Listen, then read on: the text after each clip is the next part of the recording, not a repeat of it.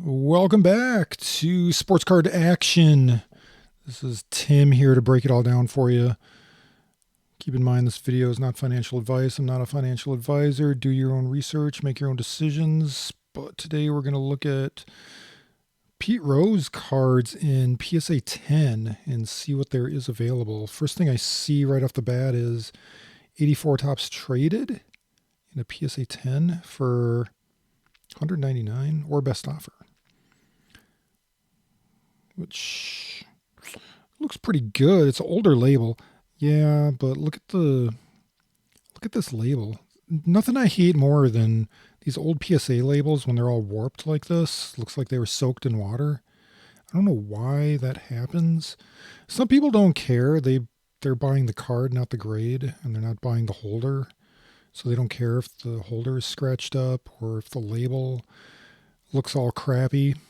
But to me, it's like I want my holders to be beautiful, not scratched, and I certainly don't want a wavy, warped looking PSA label, which you can usually tell from the pictures if they are.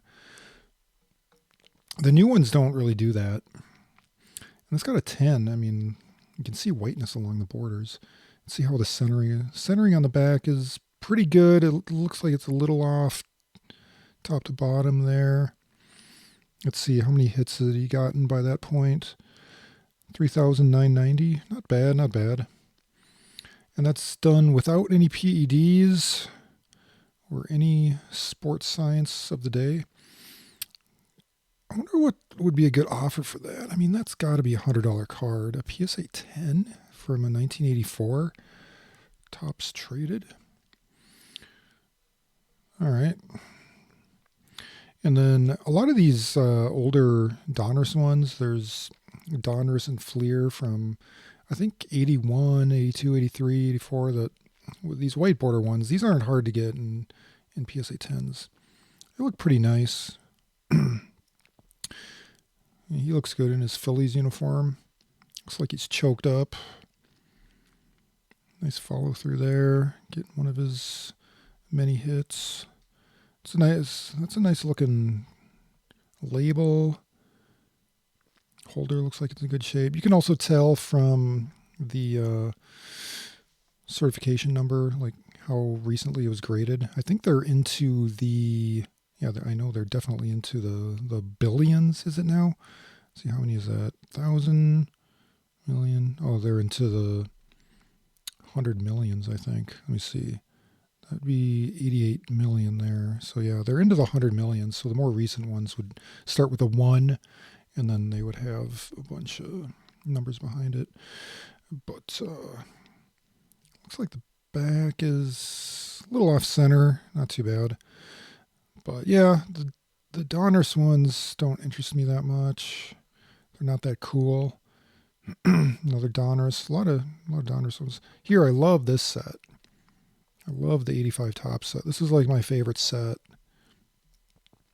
I actually have the base card of Pete Rose from the set that I actually sent in for grading personally and got a 10 on it. This is an old label. This is obviously a very old label, but it looks clean. Does it? It's hard to tell. There might be some waviness to it. Not bad though. Let's see. How does the centering look? Pretty good. Pretty good overall. I mean, obviously the grading standards have gotten tougher, as we know. That's why I feel like PSA 10s are just always going to be, they're always going to have value. They're always going to be in demand. And there's a premium for them. I mean, the prices of sending it in has gone up. Oh yeah, it looks like the label has a little bit of waviness to it. You can tell from the backside. So yeah, I don't usually go for these older labels. You know, a lot of times the cases could be scratched up, dinged up over the years. Even there could even be fading going on.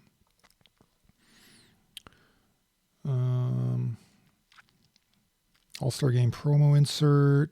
We got auto some auto. I mean, Pete would sign anything and everything. I mean, he just sign. What did he say? I'm sorry, I bet on baseball. Got the inscription. It's kind of fun. I don't really like the 89 set, though. I broke a case of 89 tops, and those are so overproduced. That's like right in the heart of the junk wax era. 75, that's a PSA 10. That's kind of a cool set, I guess. Not like super interesting. Here's an 86 Donruss and a PSA 10. This is obviously a little bit tougher set because of the colored borders to get 10s on, but it's a fairly prolifically produced set, so yeah, the corners don't even look super sharp, surprisingly. And yeah, not like super interesting. I'm not huge into Donruss, I guess. It's an okay set. There's an 83 and a 10. New label too. Yeah, see, this one's into the 100 millions. 121,501,000. Yeah. So this is like newly slabbed right here. And I got a 10 under the newest, harshest grading standards. So you got a brand new slab. They also updated the slabs as of late. They're supposed to be like more durable and let's see, what do they do? They have like more UV resistance, I think. So this is a pretty nice looking card. I like this one. Of course, you can get a PSA 9 for like $20 of this card. I have this one in a OPC with a wavy label and in a regular. Let's see, the back looks pretty good. Maybe a little off center. But that's a nice looking card. $349 for that. You can't even make an offer. You're not even willing to entertain offers on this.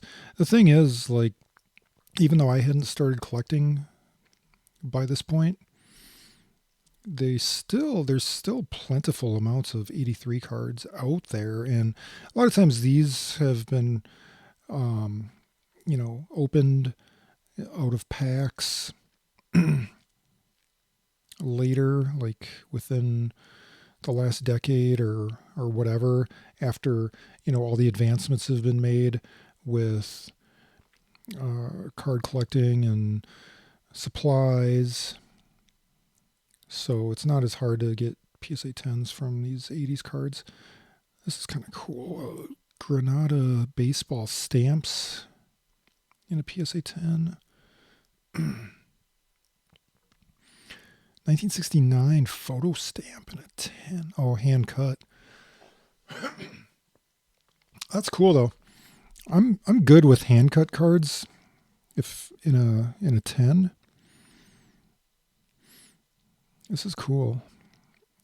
Yeah, $159 for a 1969 MLB photo stamp, hand cut. Is this actually like a stamp or is it more like card form? Fairly recently graded. Hand cut. I think that's cool. Even though, yeah, you can see here the dotted lines don't exactly line up perfectly on each of the sides, which is kind of interesting. So these seem like they would be hard to grade, like so subjective. Like, are they just looking at, because doesn't it have to be like the correct size and everything? Like, shouldn't this particular card need to be a specific measurement? And wouldn't it seem like that's off center, obviously. It's even like a little diamond cut at the top. I'm sure it's, sharp edges and everything, but I don't really know how that's a 10. So yeah, I don't know. I guess I'm not like super impressed with that one. 84 Fleer. Another one of these SSPCs. Yeah, these Fleers, yeah, no, I don't really care for that. It's kind of a cool card, I guess. Excuse me. Two pictures of him. I don't know. I don't like it that much. This one you can tell without even clicking on it. That's got the wavy label. I have this one in a 10, but it's a clean case. It's not one of these old warpity looking PSA labels, so I don't like that much. But that's one of my favorite cards right there. I think that's a beautiful card. I like that set. This one's tough to get a 10 in, so this is pretty cool. How much is this? $357. I mean, no one's going to pay $357 for that. I would pay like $50. It's got the black border on top, so obviously that's really tough. I mean, to get a 10 on this 86 set is tough. It looks like there's a little bit of shipping here. You can zoom in so far. Like this is way better than the human eye just by zooming in on these eBay pictures. So you can't hardly take everything into account, but let's see, back. Ooh, back is a little off center, but I guess it's nice. I mean, the black looks really nice in the corners. The front is maybe not perfectly centered. So, yeah, I guess that's an older label too. All right, what else? Another hand cut. Hand cuts are cool, I think. Like I said, what is this? All-Star Game program insert hand cut. Huh. That's cool. That's kind of cool. Let's see, how does it look? How does the actual cutting look? See, you can see the line across the top, but then not on any of the others. It looks off center to me. How is that a 10 when it seems like it's not cut? I guess the centering is, I guess maybe you kind of had, yeah, I don't know. I don't think that cutting on that is so great. It's kind of cool though. You know what's really cool are the box bottoms from like the 86 set with the red borders. If I could find one of those on a PSA 10, I would be interested. 85 Fleer. That's pretty cool. That's a pretty cool card there. I like this one. This one looks nice. It's a decent picture. Kind of interesting. With the gray borders. Yeah, nicely centered. Look at all those.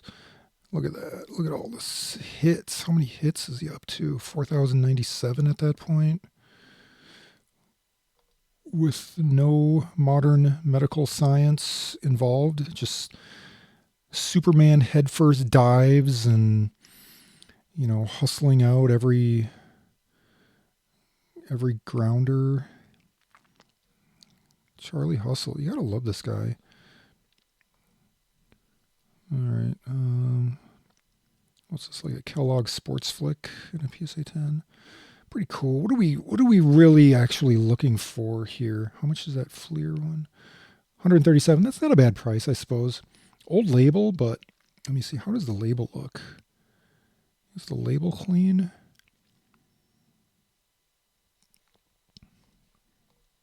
Label looks pretty clean. For some reason, some of these old ones are clean, and then some of them are not.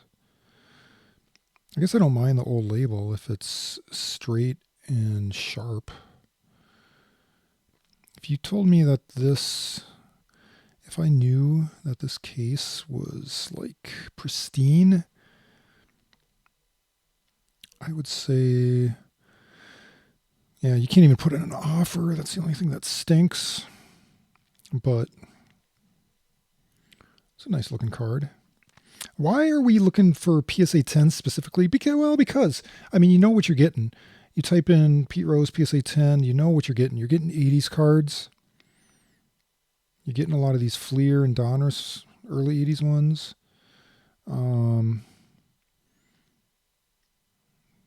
You're getting apparently 89 and 87 manager cards. Not too interesting.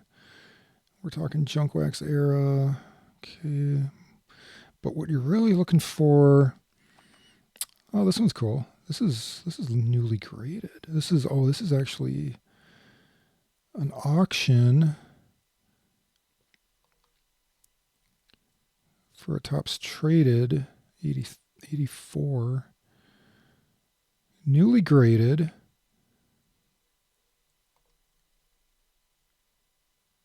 Freaking nice. I wonder what this... I'm going to add this to the watch list because I'm just interested. Doesn't the color look a little off? Maybe they are just like that for the tops traded. I think that's like light purple for the tops traded, and then aren't the regular ones like blue for these words? I feel like. Yeah, I'm going to add them to watch list because I'm curious what that goes for. It's got 9 bids. It's at $51 with 4 days left. That would be nice. I'm trying to think if I already have. I'm pretty sure I already have that in like a 9. That's not necessarily what I'm looking for, but that's a cool looking card. I like the pink Expos word and name at the bottom. It looks pretty nice. It's like mesmerizing. All right, what else? Anything else stand out to us for PSA 10? Ooh, look at this leaf. Too bad it's 87, but that's kind of a cool set. It'd be cool if that was a Barry Bonds card. What else? We got the 85 Donruss in a 10. That's tough. With the black borders, it's tough. And the centering, everything's got to be perfect. You know, $137. I mean, that's a fair ask. This is cool. 4,000th hit for the 85 Fleer card. That's a cool looking card. Someone decided to send that one in. Can't blame them. It's a perfect card. He's sitting there taking BP in his Phillies uniform. All right, what else? Another All-Star Game promo. What else is interesting? Anything else of interest for us at this point? I think are we coming to the end of like, oh, this is cool. Will to Win Green Prism. No bids on this. Mosaic. Will to Win. It's not numbered. I'm fine with numbered cards. I'm not like anti-numbered cards. I'm okay with manufactured scarcity. I actually don't mind that. All right, so what else? Oh, look at this. This is a 1010. Oh, weird. Look at that. $385, but it's got the card itself is a 10 and the auto is a 10. Really? Wow. Look at that for 1969. Oh, it's hand cut, so the cutting might be a little jank. Oh, look at the cutting. It actually looks good, though. It's like right on the dotted lines. That's a nice looking cutting job. That is actually nice. I mean, the dotted lines aren't like exactly the same width. I mean, if these were like exactly the same width all the way around, I would be like, I'm buying this. I don't care what the price. Like this edge right here needs to be, I mean, I know I'm like really splitting hairs here. There's a little mark here. Right there. If this was like perfectly perfect, but still, I mean, it's in a nice case with a 1010. It's an older card. Only $385 for that. That seems like a good deal. No offer available. I could add that to watch list just to see, you know, if it comes down in price. Because that's a sweet looking card. You know, there's just something about, you know, a 10. It's just like a 10 is a 10. You know. Oh, this is a cool card too. I always like these record breaker cards. It's a little pricey. That's for a white border, can't be as tough, but I remember I remember getting these out of packs. I always thought these record breaker cards were like so exciting when you get one of these in a pack and you pull a record breaker. I mean, that's exciting. That takes me back. You know, that's nostalgia. You pull a record breaker. Look at how exciting that looks. You know, you pull one of those out. It looks so different than all the other 85 Topps cards from that set. Yeah, it's just like, just really splashy card. And here's blue border, 86 Fleer. That's pretty tough. Pretty tough 10 on that. But again, I'm not huge into Fleer and Donruss. I am into like cool, interesting, like hand cut and like, I think hand cut stuff in the 10 is cool. I almost bought this once, but it's like there's quite a few 10s of the 73 Kellogg's out there. All right, well, I think that's it for this video. Oh, this is a cool card here too. Only $66 for this. 84 Purina. This got pulled out of a box of something. Is this cereal? Is this like a cereal box card? Oh, Cookie Crisp, Donkey Kong, Ralston cereals. So yeah, for a card to come out of food packaging and then receive a 10, that's got to be tough. But this is almost like the same thing about the consistency of this, I believe, or like the Fleer and Donruss cards, is they're not as like papery as the Topps cards. So I think they're just like easier to grade sometimes. But yeah, that's a pretty sweet card there too. $66 for that. That's not bad. I'm gonna add that to watch list. It's interesting. We got 82 Fleer, Pete Rose and Son. All right. So that's fun. We'll do another video maybe tomorrow or the next day here. And we'll do, maybe we'll go look at some PSA 9 Pete Rose cards. And then that'll open up things into, you know, some of maybe the late 70s cards. You know, it'll open up our spectrum a little bit. It won't just be like all 80s cards. But anyway, thanks for watching, and I'll keep an eye on those watch list cards, and we'll go from there. Like and subscribe.